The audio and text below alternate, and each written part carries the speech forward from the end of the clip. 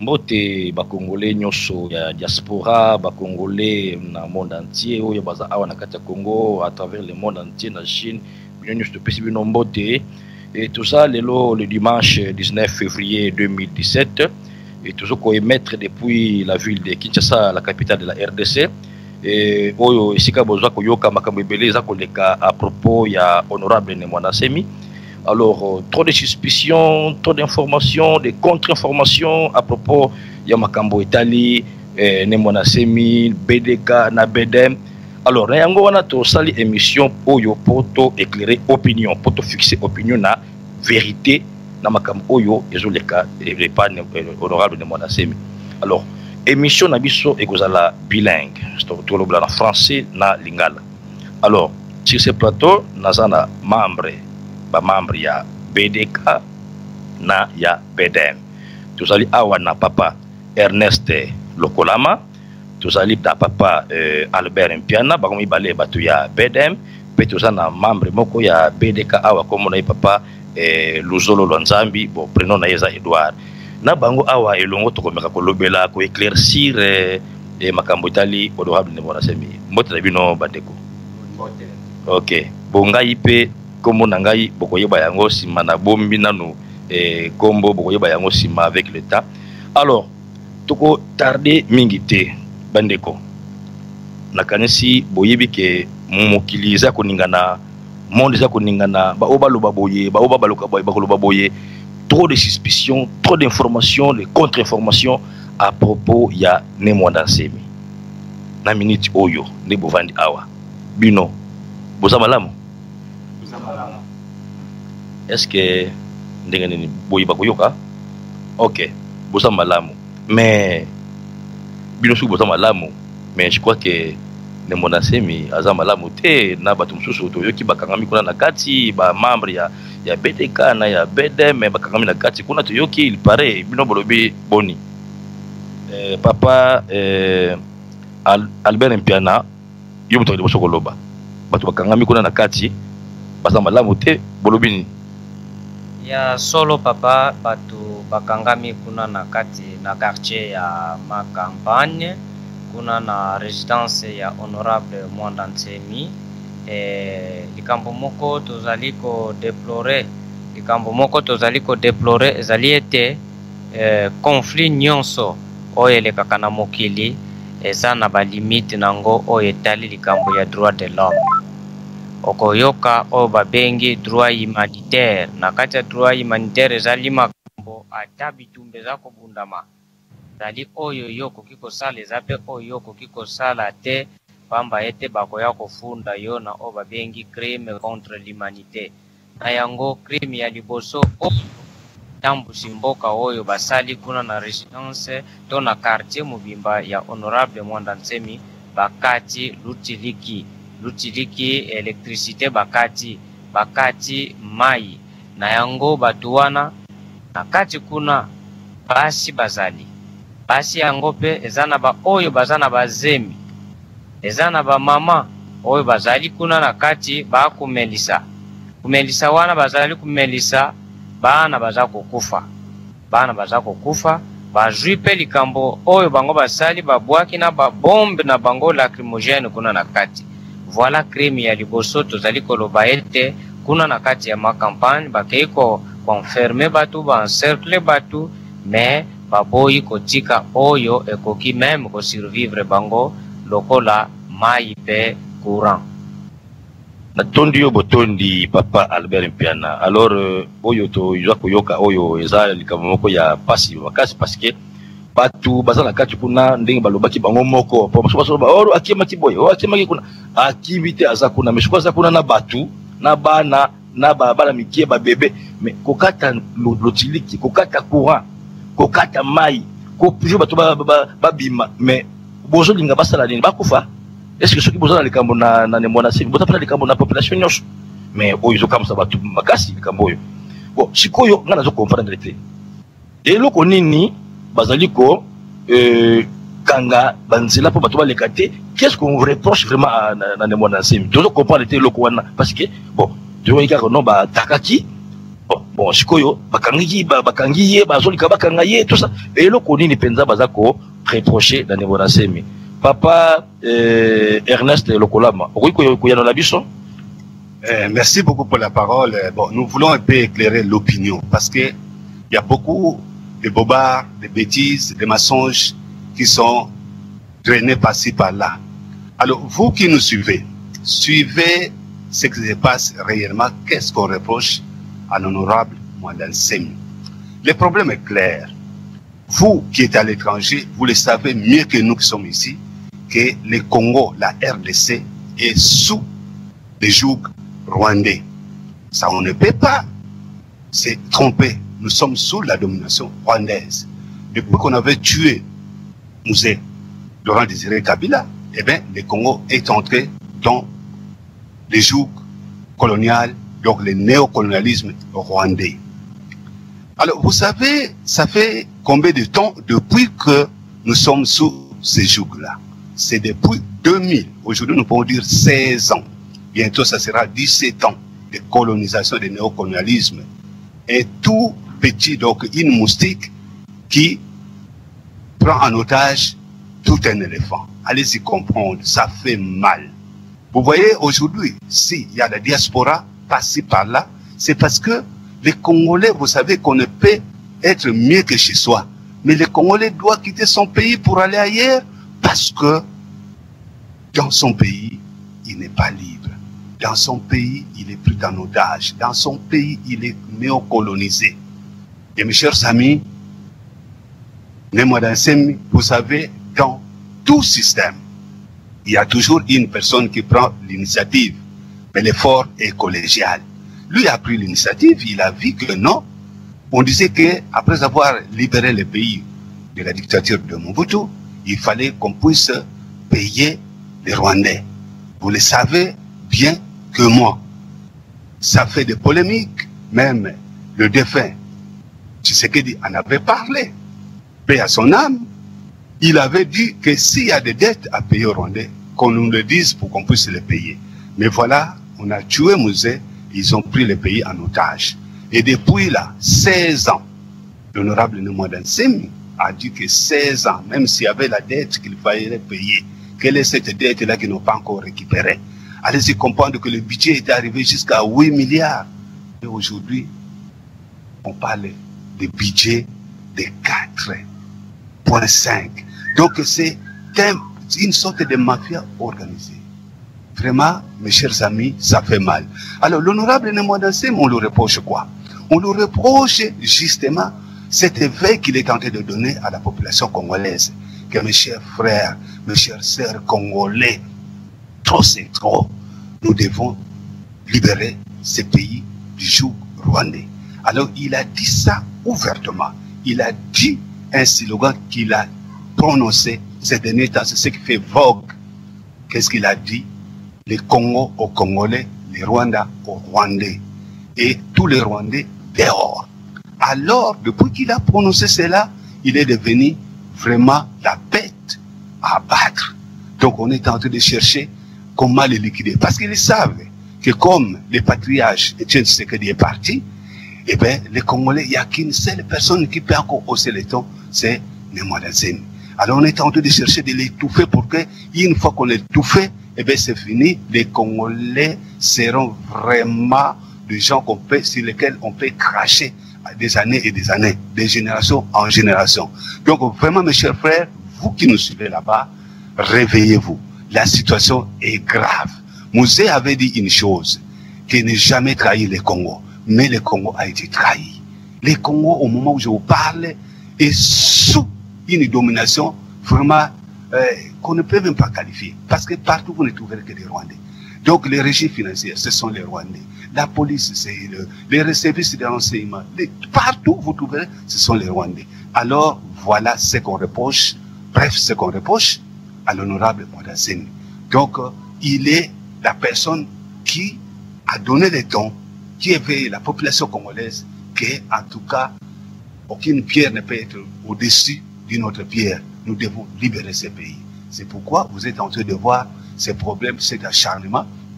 Et au moment où nous faisons cette émission, nous venons d'apprendre même que Kigali, hein, Kagame vient de mobiliser 2000 militaires pour venir chercher la tête de Nemwana Nsemi. Il a recommandé qu'on puisse lui amener cette tête-là. C'est pour tout ce moment vous dire que vraiment l'air est grave. Ne rêvons pas, ne rêvons pas, ne rêvons pas. Ligons-nous, ligons-nous. Tout ce que, parce que ici, bon, je dois vous éclairer, parce que ici, le pouvoir a fait des bandes. Il a fait des conjugaisons de faits. Il prend des histoires de montage pour dire que Nemwana Nsemi est en train de parler de la xénophobie. Que les Baluba soient chassés, les Bangala, c'est archi faux. La xénophobie aujourd'hui, c'est que les Rwandais au Rwandais et les Congo au Congolais. C'est ça le problème.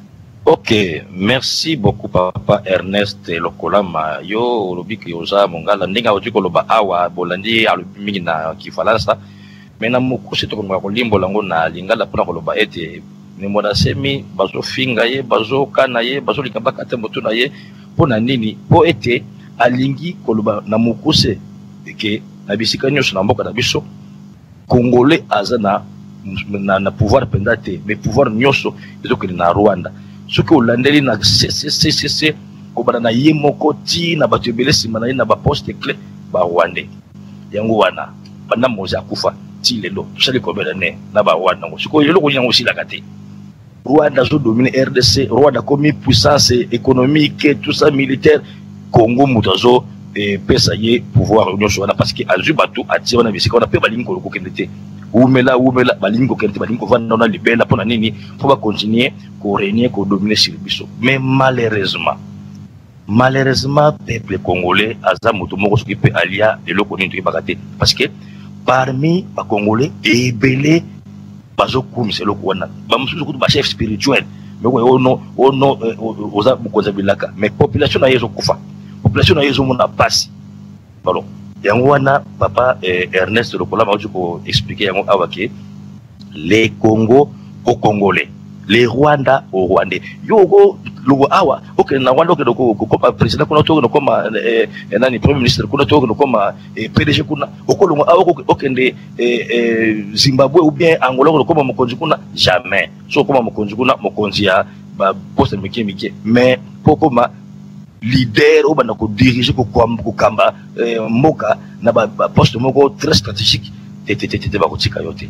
Voilà eloko Nemwana Nsemi azo linga a changer to a balula to a contourner yango wana.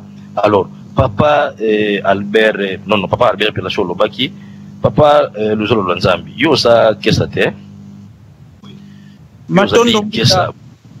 Matondo Mbuta mwa mutuna ya diaspora po ekota na kati na esika wana bazali kotuna ngo eske na nyonso ezali koleka kati kuna na mboka ya Kinshasa na ndenge bakangi nlongi ya Kongo Nemwana Nsemi bakati courant bakati mai na nyonso tu batu bamoni eske population ya Kinshasa ezali informé to ezali informé te soki ezali informé nini bazokanisa nini basali Matondo botondi bingi Mbuta na eloko wana oyo uchuko tu mutuna o uchuko tu ngai ya koyeba soki bakangi banzela d'abord tana yoki bakangi Nemwana Nsemi bakangi ete mais bakangi banzela alors eloko na ko informer que bakotika la pe ko kanga yete mais ndenge bakangi banzela bakutu bakota te babima te bakati lochiliki bakati nini régie des eaux tout ça mai.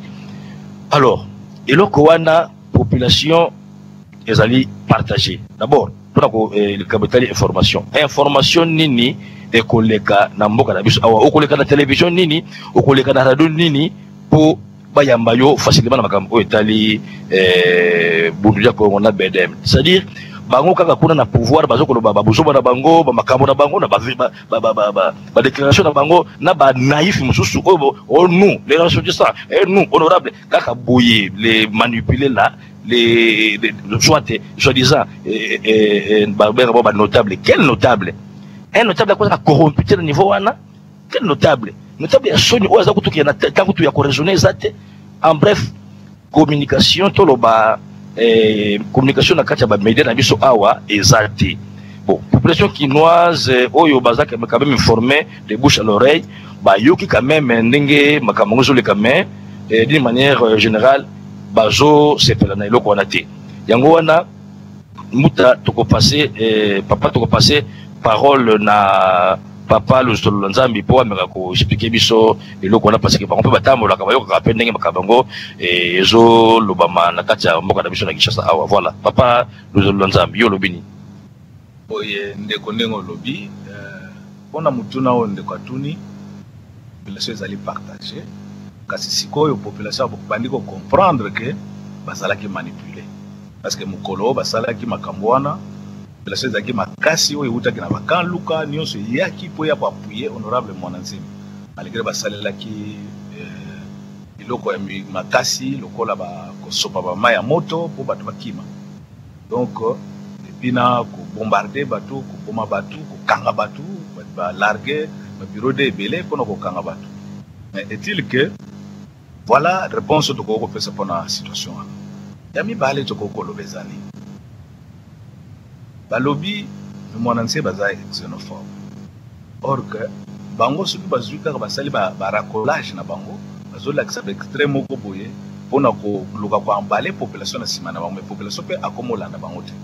Parce que nous avons expliqué à la population que ce que balingi balanda bango bazwa intégralité à discours ou ya ne Mwananse mi bango pe batia on nyos tout balanda po bayo na ba chaîne wana lokola biso po le kate vérité ezalinde honorable Mwananse masenga ki na population nyos ya Kinshasa baluba ba Swahili ba Congo ba Bangala bazala simana ye poto bouter dehors les Rwandais oyo ba yeko coloniser biso oyo ezali néocolonialisme ya monde donc bino nyonso il faut dozala sima mutu moko parce que papa Tshisekedi azate wa bana ko bunda ya azate nani so ko bunda soki yete donc biso nyonso tozala eloko moko po ete to bunisa nano vermine oyo elinge détruire Congo bazali na bayele ya mabe bazoko distraire population mais population bandi ko comprendre poto mona kike ba population bazoko kolola même ba mampinga ndenge bazoko pakata bambango.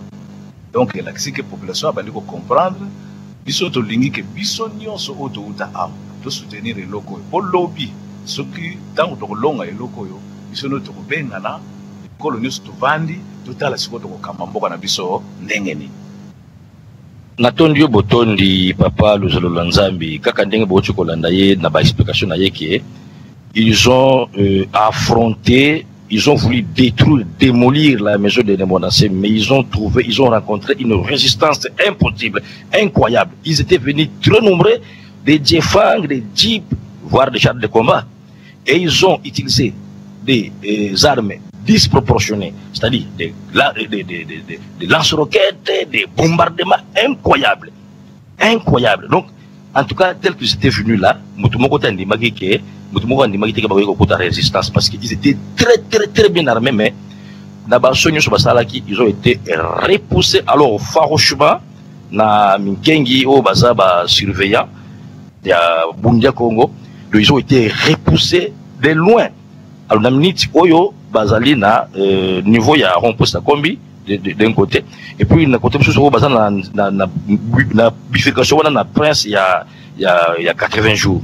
À tel point que mutu moya kota izate, mutu moya bima izate, et pas seulement les makasa, et même les simples citoyens, mais pèse bisika de bazali, baza ko rançonner pour la population, baza ko senga bambong, baza ko déranger batou, mutu les catégories, maman nani, donc ma complication, ma tracasserie, voilà un peu les régimes ici. Donc et comme sikoyo, balonga makama Mwananse, mais pas comme ko tracasser la population. Oh non, les membres des BDK ont brûlé les jeeps privés. Oh t'es. Ce n'était pas des jeeps privés, mais ces jeeps-là appartenaient à des généraux, des colonels, des mourala de l'armée, et on les a placés là-bas pour surveiller les Mwananse et dans l'objectif de l'abattre, de les tuer. Malheureusement, et où me l'ipouana bazo monate. Il y a des fois, les Mwananse me perdent, il y a peu à l'hôtel manaye, mais bazo monate pour ça la n'engeni. Donc ces jeeps-là qui ont été incendiés, ce ne sont pas des jeeps des particuliers, évidemment. Des particuliers, mais des militaires, du pouvoir. Voilà. Na ba Djefang, bombarda qui wana, et Isaki camion ya mituka, ya ba soda ou ba bombarda qui. Voilà. Donc c'était ça la situation na minute oyo et pas honorable ne monasemi. Mais bandeko tout ça kokoba na kati ya émission na biso parce que oui. Diaspora nanga ngai wabino mbuta nzambi kati na diaspora ofongola bandeko lobi tomoni ba photo e circuler Kanyama ayaki alati triko ya pembe ayaki wana tomoni mabanga oyo kabula entre les deux côtés na oni sikoyo makambo nini bango bayelaki kati na esika wana mais ndengi to yokeli ayaki pobo négocier mais batu bazoyeba te ayaki koloba nini eske ezaye Kanyama wana to photo ezali trike to ezali makambo ya solo bolimbola nanu eloko wana po emonanaki na miso batu nyonso batu bazoyeba vraiment exactement te ezali nini mbuta maloba epai na bino. Merci beaucoup botondi ta papa ndeko na ngai congolais. Alors nakopesa maloba epai ya ndeko na ngai Albert Mpiana po meka kolimbola pona likambo oyo. Matondo mingi ndengo utiko zongisela ngali susu maloba. Toko limbola na mutuna na yoboye toko zongisa ya noboye Kanyama ezali penza yete oyo bomona ki wana.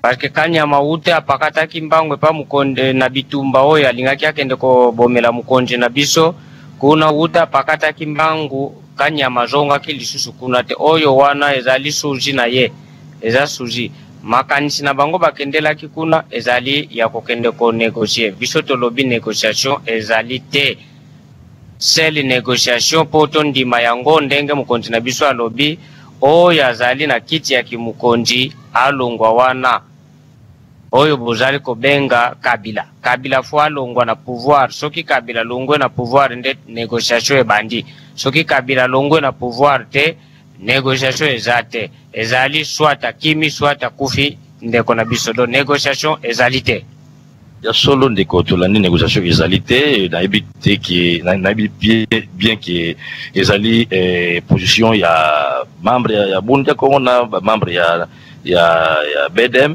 parce que makambo yango pe ezoumela mingi. Alors quand na même tuna wana ndeko ozali na version mususu makambo etali koya ya kaje makuna na mkolo ya lobby yo lobby boni na version ndenge ndeko lobby parce que omoni lokola to décrier ba condition ya wapo wana déjà baza na prison to décrier ba tozo maizate courant izate ba mekaki mokepo ba fongola mwa couloir humanitaire po ete to kokako pesa bango mwa biloko kolia mais loko to kamwa ki tango ba donc pesa bato biloko kolia na sima nango babandi suko kanga bato donc monique à partir de là même ceux qui toujours mona ke baza déjà de très mauvaise foi ya ngwana biso pe to kotikala na position to zanango la finalité ndenge kaka makambo ezo salemela to kendela ka ndenge wana botondi peuple congolais yo musala na yo kokene na église nzamba yebi mais oyo peuple ya ndenge nini oyo alobaka ka nzamba yebi mais yokanisi otali makambo suka na monde te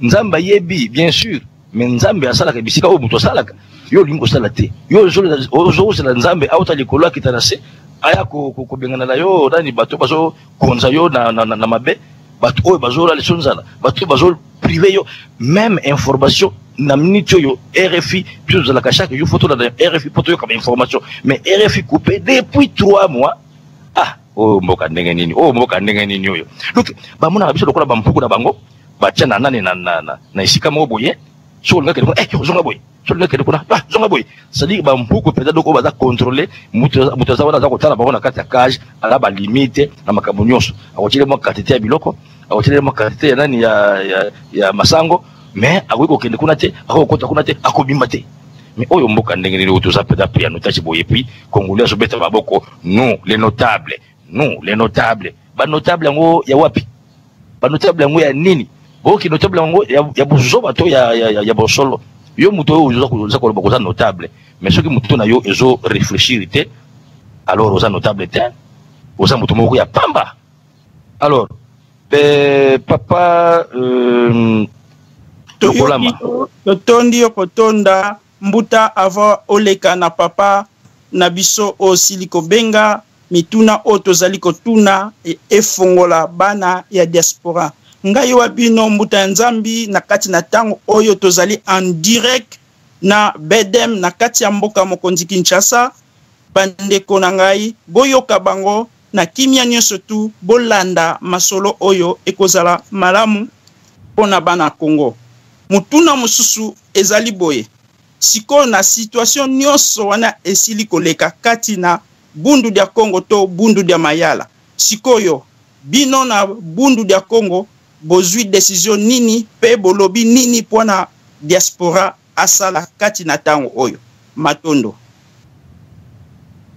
Alors na yoki motuna na yo ndeko na ngai na kopesa maloba epa ya ndeko na ngai awa po ya nola papa Ernest papa Luzolo Nzambi akopesa ya no pona motuna oyo papa yo lobi boni na makambo oyo ndeko atuni biso alobi boy nini esengeli diaspora po asala po na ko sunga BDK na BDM to peuple congolais na mukuse maloba ongambo nayo boye pena mutuna mu ya kitoko penza oyo ndeko auti kotuna to sengi na diaspora boye bango pe kona ba s'organiser po ete basala ba marche de soutien ba koma pena ba institution oya makasi wana po ba meka ko yanola bango pasi nini oyo ezali na kati ya mboka na biso wana ya liboso ya mibale tozali awa soko tali pauvreté eza makasi na muke soutien na bino fo ezala sur plusieurs fronts. Soutien sur le plan de marche, sur le plan de comment on a institution wana, pour institution wana tant mususu bazozo information solote, bazo information pour bangope, ba kitsa ba enquête pour toyeba eloko yokotambola ndenge ni. Donc bloko to sengende soutien makasi ya population, soutien financier, matériel nyonso pour aider to meka kobima na nzela ile kambo yo tozana. Voilà oyo biso to kwa koloba en tant que tata Luzolo Nzambi. Alors papa Ernest le kolama ozali kabako bakisa iyo nazana likambako bakisa na lobiso boye bande kona biso bazana diaspora bango tokolo bake baza libre biso siko toza lokola na kati ya boloko parce que même ba mouvement na biso ekomi contrôlé tozo bima so tamula pamba sute. Alors eloko to sing na bango oyo tomoni bazo sala epa ya honorable Mwanda Nsemi koyana ba char koyana ba en tout cas bah j'ai très lourd pour détruire un individu mais communauté internationale on dirait et fandi kimia bazo c'est la soki des gars salami bongo communauté internationale et la muka to sengi na baye bazana diaspora que ba secouer vraiment pour que la communauté internationale puisse agir, pas agir après. C'est comme ça on dit que les droits de l'homme, mais ça devient en RDC les droits des morts. Non, nous ne voulons pas que ce soit les droits des morts. Mais au moment où les gens sont encore vivants, c'est le moment que les gens, la diaspora doit marcher pour que vraiment l'honorable soit libre. Parce que vraiment, il y a péril en la demeure. Et puis, dans le Biboy, il y a les attributs du pouvoir. C'est-à-dire que ce que ça là, il faut d'abord, aujourd'hui, les médias, c'est une force terrible, une arme redoutable. Donc, kuna bazali, basala ke, ba médias, le quoi je ça l'émission, ba multiplier en même plusieurs fois, ou ba rediffuser en plusieurs fois pour ba bazo comprendre, ba comprendre. De deux, ba panda koloba vraiment vraie version des faits. Que problème est allé wana, ils a problème, il y a libération, il y a Congo, ils allaient ma campagne xénophobie, lokuta, na yo yo ben naza mungala, mais nazali awo, bisino zali awo pe to sangani. Alors bakoko ko samaka mususu te que oh ils allaient boye, wana ezabé lokuta. Donc na lobika kabongo. Mais ngai data ko kama lere bato basa ko loba o xénophobie. Mais kasi na minute oyo bande ko ngai biso tuza ba journaliste tuza ko tambula tuza ko sala ba investigation tuza ko mona makambo ibreza ko leka na mboko yo soki oteleka na pouvoir ba biloko o ne mona sima denosaka yango wana soko tali bien na gouvernement na ba cour et tribunaux tout ça okukuta kaka mina sema mina kufikia mina kaka batu wana ozuka oi ezala okena nani na Congo Central kunukuta ezala na Mwanda ezala na Lufu ezala na Kimpese Lukala Matadi partout na bakore tribunal ya ba Congo kuna partout na bisika nyonso batu badiriza kuna ezakaka batu oyo basali oyo bazana origine na province te mais siko eloko na alobaka ngo ndenge nini adenosaka na ye te kiono botika ko basala bango na kimia mais ye alobaka to vanda na kimia to vanda elongo to kabola to kwa mboka mais sikoyo équilibre faut ezala équilibre quand même faut ezala na makambu mususu oyo etali cohabitation parce que neti boye aujourd'hui Bukongo, Mongala, Muluba, Moswahili, Otiwana, Bazokota, Kosala, Elongo, voilà. Bah aujourd'hui, mon courant Bukongo, Mongala, Muluba, Bazosala, na compagnie, ça va. Mais ce koyo, ce qui, kaka, batumo, kaka, basala, ka isbisika wana, aujourd'hui, on teke injustice wana, ezalipe, malamote, bon, évidemment, wana zana kaka, toloba, point de vue ya mutumoko, wana, engagé kaka ngai. Alors, il a engagé bangote pour bangote bazana ba version na bango bakoloba. Alors papa Albert Mpiana na pesho maloba. Yo lobi boni. Papa nangai ezali esengo. Pongai moko azwa kitangu ya kolanda émission oyo honorable Mwandansemi asalaki. Tangu nalandi discours na ye mobimba. Discours na ye na bombaki yango na mutu na ngai alobaki boye ozala Mswahili ozala Muluba ozala Mungala bino nyonso boya kosangana na bakongo pote tobengana ba Rwande oyo bazali na pouvoir na Kinshasa oyo bazoko konza biso ba Rwande yango pe babomba mite atanga ki bango pe kombo na bango yango ato kusenga na bandeko nyonso ezala oyo bazali na diaspora ezala ba oyo bazali na kati ya mboka na biso Kongo bakota na nzela ya internet bakotanga maloba ya honorable Mwandansemi oyo alobelaki mobimba na yango maloba na ye mobimba na ye alobaki boye pota tozongela yango elakisi ete asengaki bakongole nyonso ozala Mswahili ozala Mungala ozala Muluba tosangana na bakongo po tobengana ba Rwande oyo bazoko konza biso ba Rwanda ngo banani abandaki kotanga liboso na ba Ruberwa biso nyonso toyebi yango azalaki président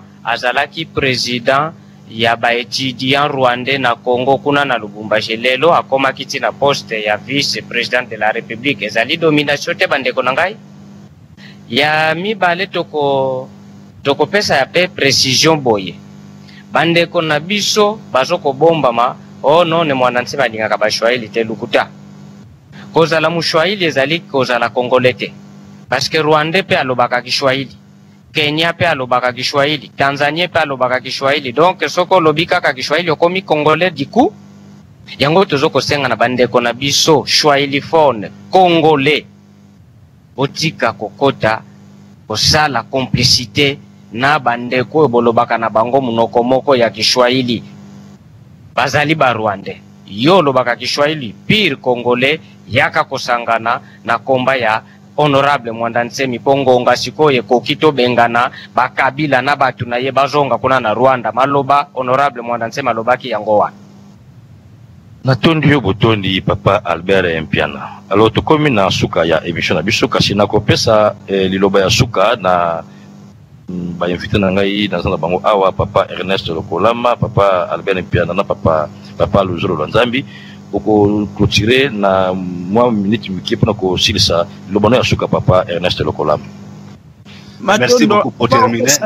Suka boyo kabiso matondo vraiment toyoki nyonso bolobi ba papa na biso bandeko na biso bayaya na biso bakonzi na biso tosepeli ya mingi na koyoka manso bosili koloba ngai wabino Mbutanzambi na kati ya diaspora mwana Congo mwananga Congo nazali koloba na bino kati na tango oyo toyoki manso bosili koloba mais bolobi to soutenir est-ce que ceux qui te soutenir na misolo na ba moyen nyonso bato balingi ba soutenir bino bo pesi biso numéro nini bo diriger biso pa ya motu nini ekozala malamu bino moko bo pesa numéro pe bo diriger na kombo ya motu oyo batu nyonso bayoka bino kati na radio oyo bayoka esika nini bango bakotindaka lisungi na bango. Yango nazalaki nango ya suka, en tout cas matondo mingi, maloba na bino, mayokami kitoko, mwana nyonso ya Congo, akoyoka yango, tokozala kozongisa yango, tokopanza yango, matondo. Natondi yo botondi Mutanzambi, kasi na mutuna oyo ochiko pesa, tika ete papa Luzolo Nzambi oyo aza membre ya BDMP, membre ya Bundu ya Congo, aye bako pesa yo eyano, simunango to clôturer émission. Papa Luzolo Nzambi, maloba oboka na yo. Elengi mingi pe kitoko mingi ndeko. Pona bakambo etali numéro wana, toko pesa binango incessamment, parce que au moni il faut toyeba ndenge ni toko pesa la binango et puis bino bako pesa ngo na bandeko wana mususu po tozali na monde oyo tozo travailler, il faut pe tokota en contact na mukonzi po élément wana ezalaki te toyebisa ye et puis nde tokopesa bino d'ici 2 jours c'est trop tokopesa bino numéro wana na banzela mususu. Alors na conclusion na biso tolingi toloba boye esengo mingi bandeko na kanti boyoki pasi na biso ezali awa pe vérité yango wana elobami tosalela yango parce que la liberté s'arrache. Soki tobundi te poto arracher liberté eza passe. Et puis ba grand penseur baloba ke batu nyonso bazosala makambo pona bino sans que ba souci bino batu wana basala makambo ya bino te. Donc biso nde tolingi biso nyonso elongo ana bino na biso to conjuguer befort pour ete to réussir na eloko tozosala bongo lobi to bongisa mwana Congo nyonso a se retrouver tozaba na Congo boye nde yango na lobi.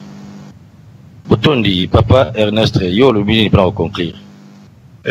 Comme conclusion, je dirais que nos frères, nos sœurs de la diaspora, vous devez savoir que pour se libérer, il faut une violence.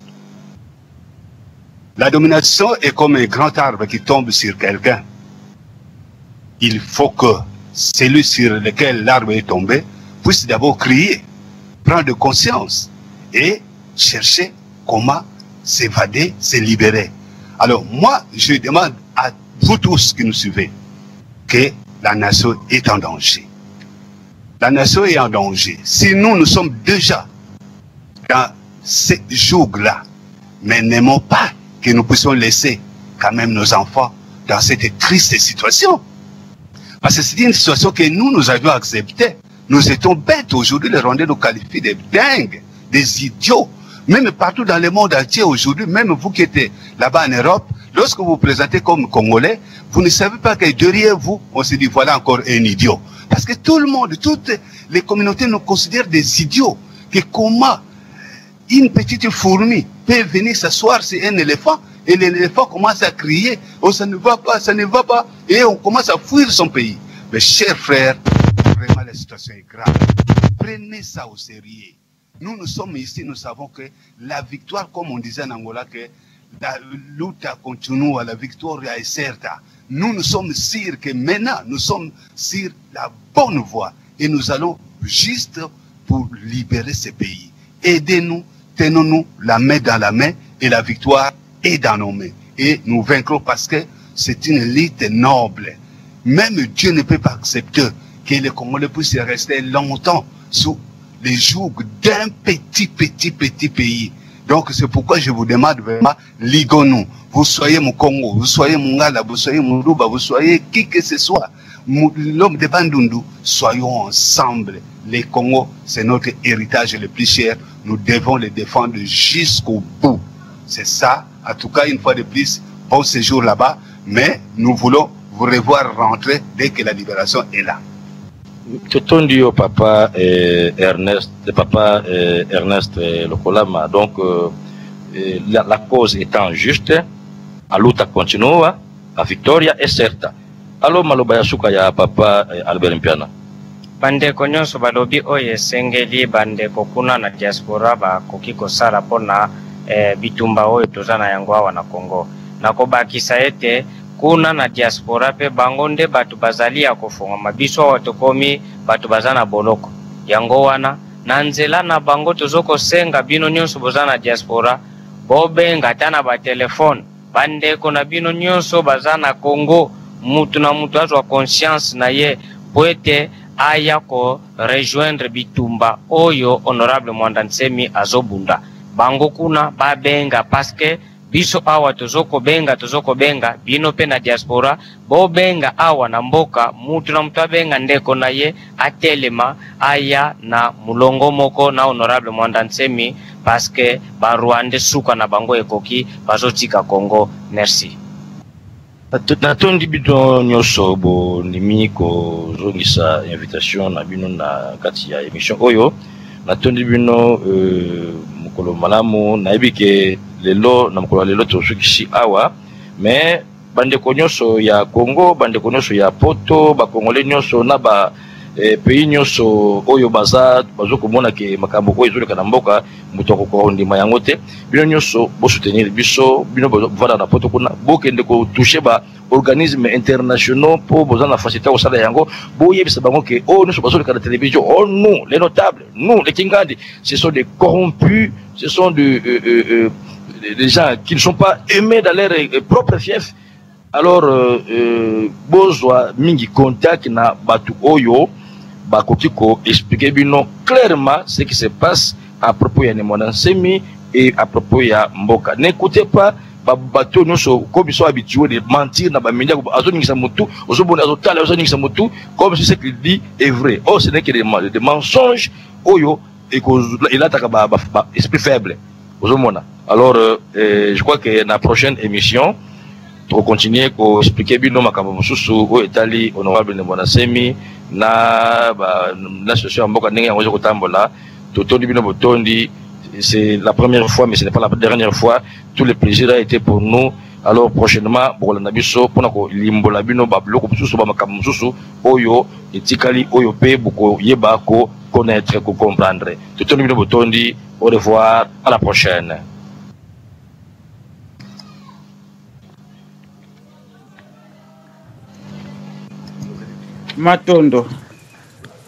Matondo ya mingi bandeko balandi banso basili kolanda biso kati na tango oyo tozali live boye maloba oyo moto nyonso azwango na bokebi penza landa yango na bokebi kati na tango oyo ngai mbuta na bino anzambi nazali na bino kati na radio www.radiocongodieto.com en direct de Kinshasa na yango to beleli mwana nyonso ya Congo asila kotelema tango ekoki to bengana ba Rwanda oyo to bude bango dehors nyonso nazana commentaire ya kobakisa te bosili koyoka en direct de Kinshasa basili koloba moko na moko o nyonso tu bazalaki na yango. Alors bino bosala situation oyo bobenga bandeko na bino botalisa bango situation bango bazali bloqué bosili komona ndengi fonctionnement ya gouvernement wana e fonctionnement yango nde tosili ko belela bino na bisika nyonso tango oyoki video oyo oyoki cassette oyo oyoki audio oyo oyoki radio oyo salela mitindo oyo euti na kati ya mboka mokonzi Kinshasa biso nyonso sima ya ne Mwanda Nsemi ne Makandala ndongi ya Congo matondo peto zongisi matondo na bandeko banso basiliko kolanda biso na tango oyo pe na bambuta na biso oyo basiliko pesa biso maloba oyo pe matondo.